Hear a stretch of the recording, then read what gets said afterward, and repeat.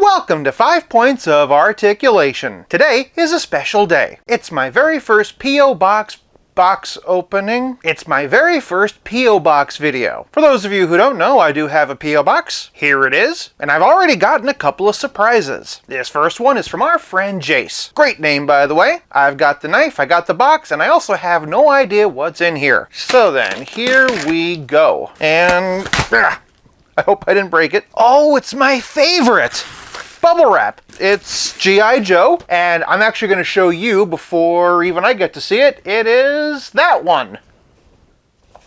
Oh, cool! Storm Shadow! I've been wanting to take this line for a test drive for a while, and Storm Shadow is honestly a really great start. As a ninja, he can fit into a lot of different places. I'm especially curious to see how he goes with the hand ninja. Our next package comes from Tony Alvarez. As we can see, he sent it in a Nike box, though I'm pretty sure it's probably not a new set of kicks. Alright, let's see what's in here.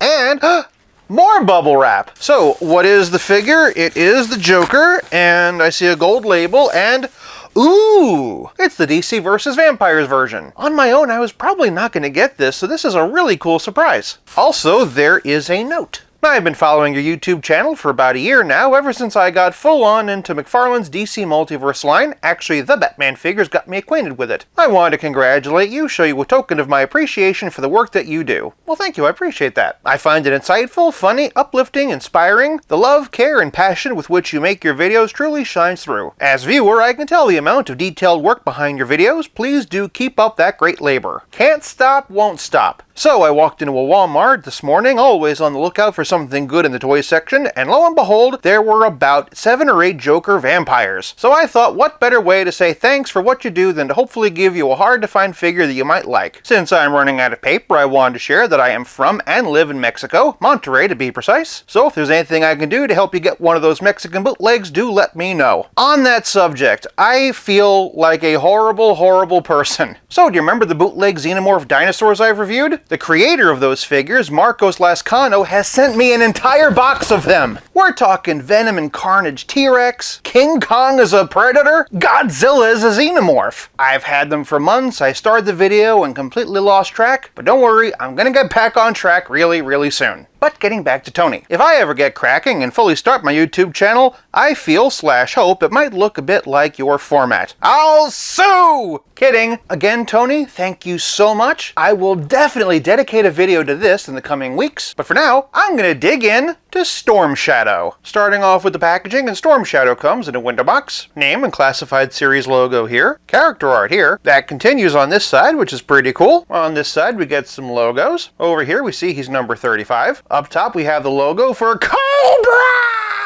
And then on the back, we get some artwork that I'm really conflicted about. On the one hand, this is absolutely gorgeous and kind of reminds me of the Infinity War poster. On the other hand, as someone who's not a G.I. Joe fan, I don't know who a lot of these characters are. I mean, yeah, I know Storm Shadow, Snake Eyes, and Lady J. I know Destro, Cobra Commander, and Duke. Obviously Baroness, Roadblock, Gung-Ho, and Scarlet. I know from the action figure this is Crocmaster, but beyond that, I'd honestly have to start Googling. Though, to be honest, I actually did better than I thought I would. All I'm saying is that some way of articulating these character names for new fans like me would be appreciated. Even so, for packaging, I'm giving Storm Shadow 1 whole point. Moving on to presentation, Storm Shadow stands at just over 6 inches. Because I'm new to the line, I can't speak with authority as to which parts are reused, but I'm going to have to assume that these pants are. This is mainly just a hooded white gi with some accents. Nice crisp paint for the eyes. The Cobra symbol's been stamped on nice and clean too. Great texture and paint job on the strap. Couple of non-removable stars here. I've already shown you the belt. Some more straps for the forearms. Couple of exposed fingers for his bow hand. There's texture and wrinkles in the pants, but not overdone. And some more wraps around the calf. There's also a bit of green in there to bring the detail out. That's something I would have really liked to have seen on Moon Knight. Naturally, his shoes have ninja toes. I really like the little grippies they added to the front. If you're curious, he does have peg holes. And flipping around, there's not much more to see here. For presentation, I'm giving Storm Shadow 1 whole point. Moving on to posability, and Storm Shadow really surprised me. First of all, his head is what I'm going to call a double dumbbell. What I mean is that there's a dumbbell in the head, but the neck itself is also a dumbbell. As such, the range of motion is fantastic and very lifelike. Moving down, the arms raise over 90 degrees, have butterfly joints, bicep swivel, pinless double jointed elbows, forearm swivel, and swivel hinge wrists. Shifting to the torso, and Storm Shadow has an ab crunch and a waist swivel. He can arch back this far, which is perfect, and he can hunch forward this far, which is wonderful. Below the black belt, and he has drop down ball jointed hips. That allows him to kick this high and do a perfect split. Moving down the leg, and Storm Shadow has thigh cut, pinless double jointed knees, boot cut, and ankles that can hinge and pivot. For a basic domestic figure, the articulation in Storm Shadow is off the charts. Between the neck articulation, forearm swivel, and drop down hips, I am floored. For posability, I'm giving Storm Shadow 1 whole point. Moving on to playability, and Storm Shadow comes with not one, but 2 swords. Notice the snake in the hilt. He also comes with this really impressive compound bow. Nice detail in the grip, the pulleys at the edges are very realistic, and even for an action figure, the strings aren't that thick. Of course, where there's a bow, there's an arrow. He also comes with a quiver. It pegs in back here, and it stores all of his weapons. Not gonna lie, this really impresses me. And if all that wasn't enough, he comes with an alternate hood, which I'll admit is a little bit tricky to get on and off. But playability is more than just accessories, it's also about how well your figure plays with others. First up, and here we have the Hand Ninja. As I was hoping, they look great together. Storm Shadow is slightly shorter, but I think that might have to do with the Hand Ninja's hood. For another very appropriate Marvel legend, and here we have Shang-Chi. Shang-Chi was also a great example of a Marvel legend to come with lots of accessories. For an MCU Marvel legend comparison, here we have Moon Knight. I chose him for the color scheme and wraps. That said, for a couple of other Hasbro lines, and here we have Obi-Wan from the Star Wars Black series. Clearly Star Wars is a bit too short. And then here we have Peter Venkman from the Ghostbusters Plasma series, also way too short. For the other extreme, and here we have Ian Malcolm from the Mattel Jurassic Park Amber collection. And then here we have John Cena from the Mattel Elite collection. For another black belt and a white gi, and here we have Ryu from the Playmates Ninja Turtles vs. Street Fighter series. Obviously there's a lot more detail in Storm Shadow, but I think you could definitely fudge these two together if you wanted to. And as long as we're here, we might as well look at a Playmates Ninja Turtle. I chose Leonardo because of the matching double katanas. For a vastly superior Leonardo, however, and here we have the movie version by NECA. Shifting to both a different ninja clan and to a different scale, and here we have the DC Multiverse Arkham City Ra's al Ghul. If you're looking for some ninjas for your League of Assassins, clearly this will not work. That said, looking at this NECA Batman Begins figure makes me wonder if you couldn't possibly get away with a bunch of snake eyes. This brings me to my favorite unit of measurement, Batman. First we have a Mafex. This one is the Hush figure, which you can best be sure you're going to be seeing in upcoming verses. Of course, when it comes to the Batman scale, I much prefer to use Rebirth. Here we have the icons, and I think they scale perfectly. They also both have drop-down hips. Moving over to Mattel, and the figure might be a bit ugly, but the scale still works pretty good. I mean, I'm okay with Batman being a bit taller. DC Essentials is pushing it, unfortunately. He obviously won't be passing our tried and true Rebirth and Three Jokers comparison. As for Pizza Spidey and the Spectacular Spider-Man, Pizza Spidey's fine. And as always, here's Storm Shadow with Stealth Iron Man. Spoiled as I am with all these accessories, I wouldn't mind it if he'd come with a pair of fists. And of course, there's the age-old archery issue of not being able to pose him with his bow. Even so, I'm very impressed with the amount of accessories Storm Shadow comes with, as well as his compatibility with other action figure lines. For playability, I'm giving Storm Shadow 1 whole point. This leaves us with nothing left to discuss but the price. This particular figure was a gift, but G.I. Joe Classified retails for $24.99. Given that that's the same price as a current Marvel Legend, and yet this has a lot better articulation and also more accessories, I'd say that's a steal. I would point out, however, that part of the price discrepancy is because Hasbro owns G.I. Joe and doesn't have to pay licensing fees. I will say this has been a surprisingly fun exercise and does make me want to dig deeper into the line. If that's something you'd like to see, let me know in the comments. For a price, I'm giving Storm Shadow 1 whole point for a grand total of 5 out of 5.